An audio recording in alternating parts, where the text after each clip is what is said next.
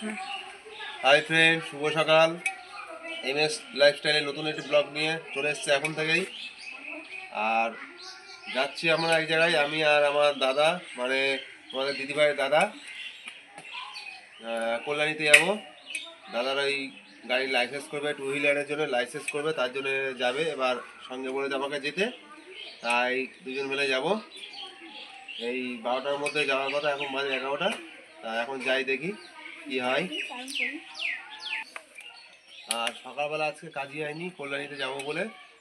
আর সকালে রান্না করেছে, ভাত করেছে, আর করেছে হচ্ছে মাছ ভাজা। সকালবেলা রুই মাছ নিয়েছিলাম, তা ওখান থেকে 1 পিস আমাকে ভাজা করে দিল। তাই ওইটা আর ওই মাছ ভাজা দিয়ে আর ভাত খেয়ে, গরম ভাত খেয়ে আমি যাচ্ছি। আবার দুপুরবেলা আসি, এসে আবার মাছের ঝোল ভাত জমিয়ে খাওয়া হবে। তোমাদের দিদিভাই এখনও খায়নি, আমি চলে গেলে তারপরে খাবে। আমি তাড়াতাড়ি করে খেয়ে চলে যাচ্ছি, তারপরে আবার তোমাদের সঙ্গে কথা হবে।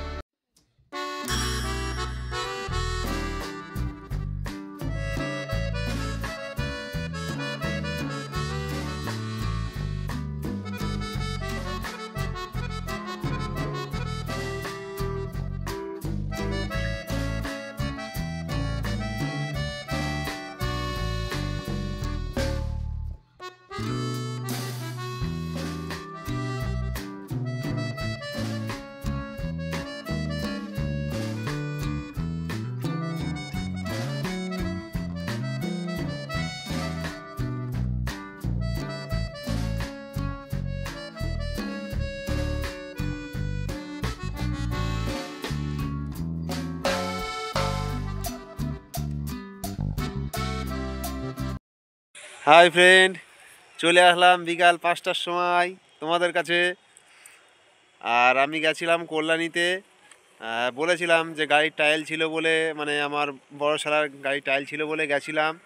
তা বাড়িতে চলে এসেছি। রাস্তায় কিছু খাওয়া দাওয়া করিনি, শুধুমাত্র চা খেয়েছিলাম। আর বাড়িতে এসে সবেমাত্র খাওয়া দাওয়া করলাম, করে মাঠের দিকে আসলাম। স্নান তো করেই গেছিলাম সকালবেলা, তা খাওয়া দাওয়া করে এই মাঠে আসলাম। আর রান্না করেছিল হচ্ছে রুই মাছের ঝোল, সঙ্গে ছিল মান কচু। কদিন আগে ভিডিও দিয়েছিলাম যে মান কচু, একটা বিশাল আকার মান কচু তুলেছিলাম, সেই মান কচুটা এখনও রয়েছে। তা এই মান কচু দিয়ে রুই মাছের ঝোল করেছিল, তা খুব টেস্টি হয়েছে। আর মান কচু আমার খুব ভালো লাগে, আর একেবারে মোমের মতন গলে গেছিলো, তা খুব ভালো লাগলো খেতে। যাই হোক, এই মাঠে এসেছি, ঘুরে বেড়াচ্ছি। আর এই যে তোমাদের দিদিভাই দেখো মাঠে একা একা ঘুরে বেড়াচ্ছে, এই যে আমার সামনেই আছে, ও সামনে চলে গেছে, আমি যাচ্ছি ওইদিকে। আসো এদিকে আসো। সারা জমিটার মধ্যে সব সর্ষে গাছগুলো ছোট ছোট, আর এই গাছগুলো দেখো কত বড় বড় হয়েছে, কি সুন্দর লাগছে দেখতে। আর আমাদের এবার না এই জমিগুলোতে সর্ষে চাষ করিনি, হয়তো ওরা বাড়িতে খাওয়ার জন্য কিছুটা ছড়িয়েছে, তাই জায়গায় জায়গায় হয়েছে। আর ওই পাশের জমিতে সর্ষে বুনেছে, তোমাদেরকে দেখাবো। আজকে যেহেতু সন্ধ্যে সন্ধ্যে হয়ে যাচ্ছে বলে আজকে আর ওইদিকে যাবো না, ভালো বোঝা যাবে না।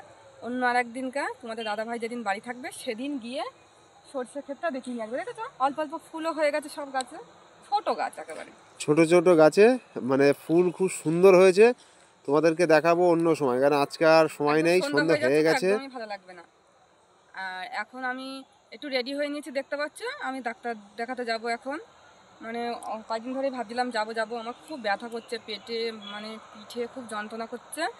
সেই জন্য আজকে ডাক্তারটা দেখিয়ে আসি। ওষুধ ছিল এতদিন, ওষুধ শেষ হয়নি, তবুও যাই একটু ডাক্তারটা দেখিয়ে আসি। পেটের ফটো টটো তুলতে হবে। ডাক্তার বলেছিল যে ওষুধটা নিয়ে যাও, এর আগের বার যখন গেছিলাম। আর বললো এর পরের বার, মানে আজকে যাব, আজকে লিখে নিয়ে আসবো, আমি ফটো টটো করবো। কারণ শরীরটা খুবই খারাপ, আর ঠান্ডা পড়েছে তো আরও বেশি যন্ত্রণাটা বেশি করছে সেই জন্য। তা এখনই আমরা যাব, রেডি হয়ে নিয়েছি, বাড়ি গিয়েই চলে যাব। না খুব ভিড় হয় ওই ডাক্তারখানায়, যে এত ভিড় হয় তা কি বলবো, আমার সেই জন্য যেতে ইচ্ছা করে না। তা বন্ধুরা বাড়ির দিকে যাওয়া যাক, আর দুজনে মিলে একটু আমরা মাঠের দিকে এসে টাইম কাটাচ্ছি। কারণ তোমাদের দাদাভাই তো বাড়িই থাকে না, সবসময় কাজে যায়। আর আজকে যেহেতু বাড়ি রয়েছে, তাই ভাবলাম চলো একটু মাঠের দিক থেকে আরাম ঘুরে আসি একটু। আর তোমরা তো জানোই মাঠ আমার খুব প্রিয়, মানে সবুজ জাতীয় জিনিসই আমার খুবই ভালো লাগে, গাছপালা পরিবেশ, এসব পরিবেশই ভালো লাগে। তাই আসলাম। আর ছেলে বাড়িতেই রয়েছে, ঘরে রয়েছে ছেলে, হাত মুখ ধুয়ে ঘরে রয়েছে, আমরা এক্ষুনি চলে যাব। আর সন্ধে হয়েই গেছে, দেখছো সবাই কেমন লাগছে পরিবেশটা আমাদের পিছনে। তা তোমাদের সঙ্গে আবার পরে কথা হবে, ডাক্তার দেখিয়ে বাড়ি আসবো, তারপরে তোমাদের সাথে পরে আবার কথা বলবো, ঠিক আছে? এখন সন্ধ্যা হয়ে গেছে পুরো, প্রায় বাড়ি যাই এখন। বন্ধুরা তোমাদের সামনে চলে আসলাম সন্ধ্যাবেলায়। আর এখন হচ্ছে 6টা 40 বাজে। আর আমি তাড়াতাড়ি গেছিলাম ডাক্তারখানায়, মানে 5:30টার সময় বেরিয়ে গেছি। আর গিয়ে আমরা ফার্স্টে লাইন দিয়েছি, ডাক্তারবাবু চলে এসেছে, যেহেতু ঠান্ডা তো 6টার মধ্যেই চলে এসেছে। আর ডাক্তার দেখিয়ে ওষুধ নিয়েও বাড়ি চলে এসেছি। তা কত ওষুধ দিয়েছে তোমাদেরকে একটু দেখাই, দেখো কত ওষুধ। এই দেখো কয় রকমের ওষুধ দিয়েছে আমার। এই যে 2 রকম থুলাম এখানে, এই যে একটা দিয়েছে 3 রকম, এই একটা 4 রকম, আর এই যে একটা, এটা আমার ঘরে ছিল, মানে এটাও খেতে হবে ওর সাথে। এই এতটা খেয়েছি, এতটা রয়েছে এখনো। তা বন্ধুরা এতগুলো ওষুধ আর ডাক্তার দেখিয়ে মোট আমার 1000 টাকা খরচ হলো। এখন 1000 টাকার ওষুধ নিয়ে আসলাম বাড়ি। তা কি আর বলবো, খুবই মানে পেটে ব্যথা করছিল, সেই জন্য ডাক্তারখানায় গেলাম। ডাক্তারবাবু এতগুলো ওষুধ দিল আর আমাকে রিপোর্ট করতে দিয়েছে, এই দেখো। আর এতদিন ধরে মোট আমি কত ওষুধ খেয়েছি দেখো, শুধু প্রেসক্রিপশানটা দেখো, পুরো এই পেজ শেষ। এইটা মানে একটা প্রেসক্রিপশান, এই দিকের এই একটা শেষ, এই দিকের এটা শেষ, আর এই পেজটা পুরো শেষ হয়ে গেল। আর এইদিকে লিখবে, আর এই যে ফটো লিখে দিয়েছে আমার, এটা আমার রিপোর্টটা করাতে হবে, বললো ওষুধগুলো খেয়ে নিয়েই রিপোর্ট করাতে, তারপরে ডাক্তারবাবুর কাছে যেতে, তারপরে একটা ডিসিশান নেবে সে। তা আমার তো খুবই ভয় লাগছে, আর একদমই আমার প্রেশার লো। ডাক্তারবাবু প্রেশারও মাপলো, একদমই লো, বললো একদমই টেনশন করো না, যা হওয়ার একটা হবে। তা এই পর্যন্তই আর কি বলবো। আর বাড়িতে নিয়ে আসলাম ফুচকা একটু, যেহেতু একটু ফুচকা খাবো আজকে, কারণ ওষুধ খেলে পরে আমার আর টক জাতীয় জিনিস খাওয়া হবে না, খাওয়া যাবে না, যেহেতু হোমিওপ্যাথি ওষুধ টক খাওয়া বারণ। ছেলেটারও ঠান্ডা লেগেছে। আর দেখো বন্ধুরা, এই যে ফুচকা বাড়ি নিয়ে চলে এসেছি, এটা এখন খাওয়া দাওয়া করবো। ছেলে আমি, তোমাদের দাদা ভাই খাবে না, ছেলে আর আমি খাবো। তা ওষুধগুলো রেখে দিয়ে আমরা ফুচকাটা খেয়ে নিই। তা বন্ধুরা, আজকের ব্লগটি এই পর্যন্তই। দেখা হবে আরও একটি নতুন ব্লগের সঙ্গে। তোমরা সবাই সুস্থ থেকো, ভালো থেকো, আর তোমাদের সবাইকে জানাই গুড নাইট, বাই।